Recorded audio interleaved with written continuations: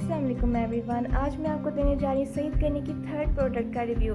इससे पहले मैं इनका फेस वॉश इस्तेमाल कर चुकी हूँ, फेस ऑप्टन इस्तेमाल कर चुकी हूँ, जिसका रिव्यू मेरे चैनल पे मौजूद है, आप जाकर देख सकते हैं। और अब मैं देने जा रही हूँ रिव्यू सईद गनी के शैम्पू का। डिलीवरी एक्सपीरियंस की बात कर लेते तो ये मुझे थोड़ा लेट रिसीव हुआ था।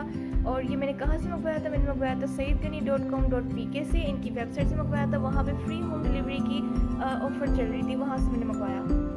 अब बात कर लेते हैं शैम्पू के साथ में एक्सपीरियंस कैसा रहा।